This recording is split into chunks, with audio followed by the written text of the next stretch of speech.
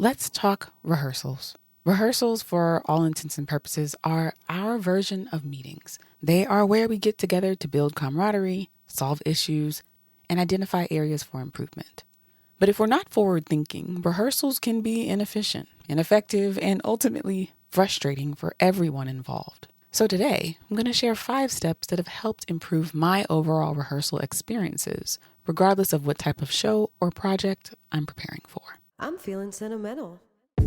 Hey, music executives. This is the Music Executive Podcast, a show where we talk about what it takes to build a sustainable, efficient, and holistic music career. I'm your host, Cinnamon Denise, and I started this podcast because as I have been on this journey myself, I noticed that there were challenges that I was experiencing that were not unique to me. And a lot of these challenges were not always related to my musical abilities. They were hidden challenges that no one talked about. How this career path impacts our physical, mental, and spiritual well-being. So if you've been wondering if you're the only one going through X, this show is here to remind you that no, you're not. And this show is also here to help us overcome these challenges as well. Whether you're a part-time, full-time, or hobbyist musician, I'm sure that you will find value in this show. If you're enjoying the show, give us a 5-star rating wherever you listen to your podcasts. And if you think this show would be helpful for someone you know, share it with them. All right, let's do this, music executives. Step number 1, make an agenda for your rehearsal. I know it sounds very simple, but how many rehearsals have you been to that had an agenda? And if it did have an agenda, what impact did it have on your experience in the rehearsal? Make an agenda for your rehearsal and send it out at least 2 days, ideally 7 days beforehand. Make sure it includes the following 5 sections. A recap from the last rehearsal, with ideas that you went over and even want to cover at some point, but you aren't necessarily prioritizing that idea right now. Put this recap section in your rehearsal agendas for your own record keeping, accountability, and a little bit of social pressure. Also, this recap from the last rehearsal gives you a good starting point for the next rehearsal. If you spent an hour rehearsing something and locking it down, use the first 10 minutes of the next rehearsal to solidify the group's collective muscle memory. Make sure your agenda includes focus areas of what you will be rehearsing next time you get together. For example, it might say that next rehearsal, we will be working on the transitions between all of our songs or the endings for all of our songs. We will be rehearsing the verse of this tune and the bridge of this one.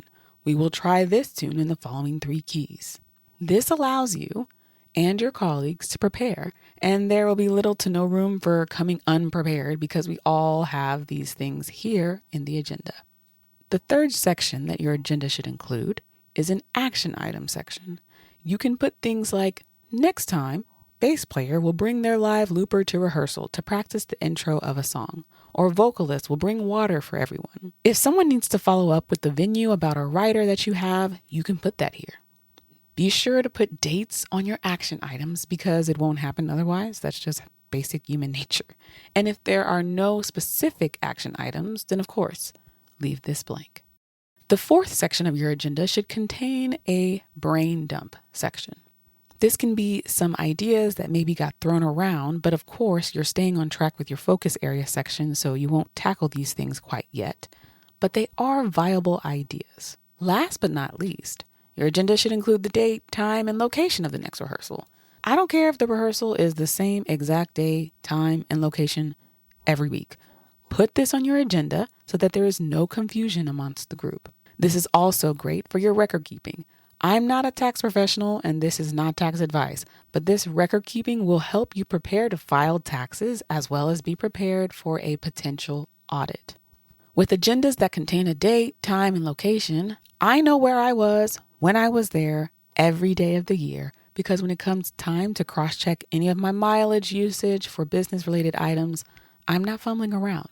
So for your agenda, the sections are recap, focus areas, action items, brain dump, and the date, time, and location of the next rehearsal.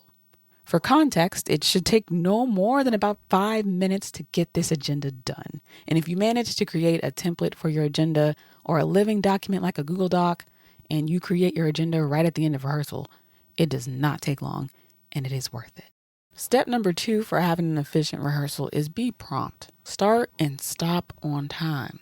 I don't care who is or isn't present. This may sound a little harsh, but trust me, social pressure is a thing, a very effective thing. Small tangent. When I was going through yoga teacher training, we were learning about the 8 limbs of yoga, which are essentially these yogic pillars that we are committing to live, teach, and thrive by. One of these sub-pillars, if you will, is non-stealing. Stick with me, I'm going to land, I promise. Something that my teacher said that really stuck with me was that when we don't start and stop our classes on time, we are stealing our students' time. Regardless of what you want to call this, starting and stopping rehearsal at the agreed time is important to maintain the morale and trust between everyone involved. If you start your rehearsal on time every time, your colleagues will be expecting that. If you end your rehearsal on time every time, your colleagues will be expecting that. And we owe it to ourselves to be prompt as well, so that when we are rehearsing, that's what we're doing. When we're done rehearsing, that's what we're doing. Focus is supremely important when it comes to creativity, and promptness allows you to tell your mind that for this allotted rehearsal time, I am focusing on this. And if your mind sends you elsewhere, send it back to rehearsal. Also, promptness forces everyone to tighten up. Social pressure. If you're rehearsing alone, be prompt. If you're rehearsing with only one other person and they aren't there yet, be prompt. Start playing the music, and then when they walk in, they will see, wow, she started rehearsal. Of course, things happen. There is a random accident on the highway. The dog has an accident right when it's time to leave the house, blah, blah. But we as music executives, we do what we say we're going to do. And that's why we charge what we charge, baby. Step number 3 for having an efficient rehearsal is to leave time for fun. Remember when we were talking about the agenda and we had that recap area in there? Take something from that recap and throw it in this time. Or take 10 minutes at the start of the rehearsal to just jam out and have a good time. Have fun.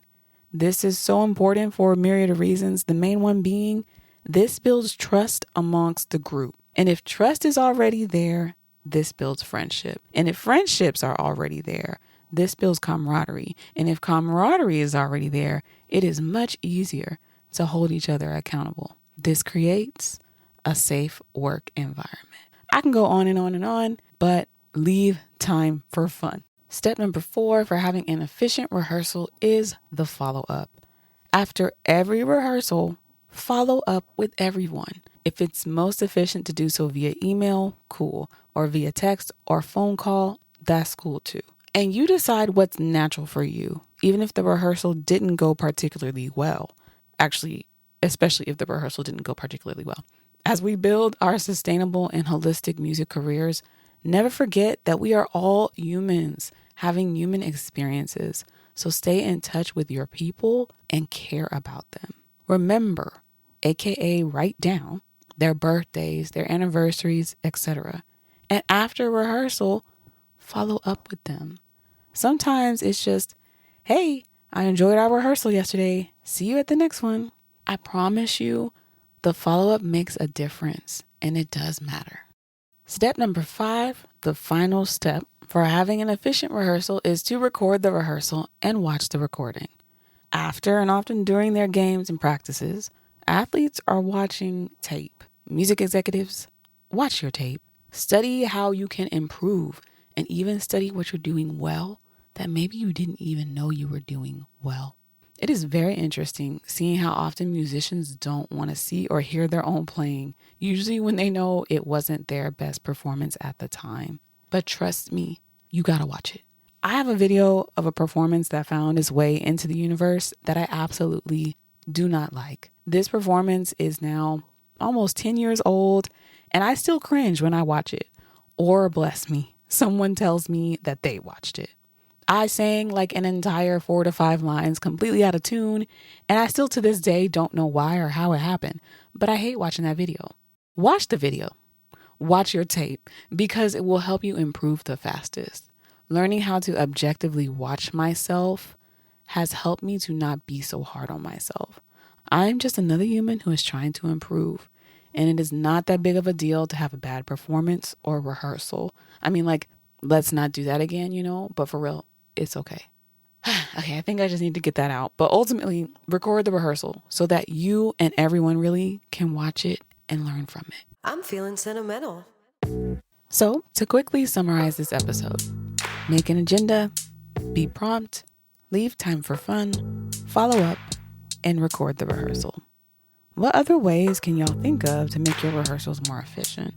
Text the show, and I'd love to share that insight with the audience so that we can keep helping each other grow. All right, music executives, that is it for this episode. If you enjoyed it, share it with the homies. Remember, this isn't easy, but it is fun. Bye.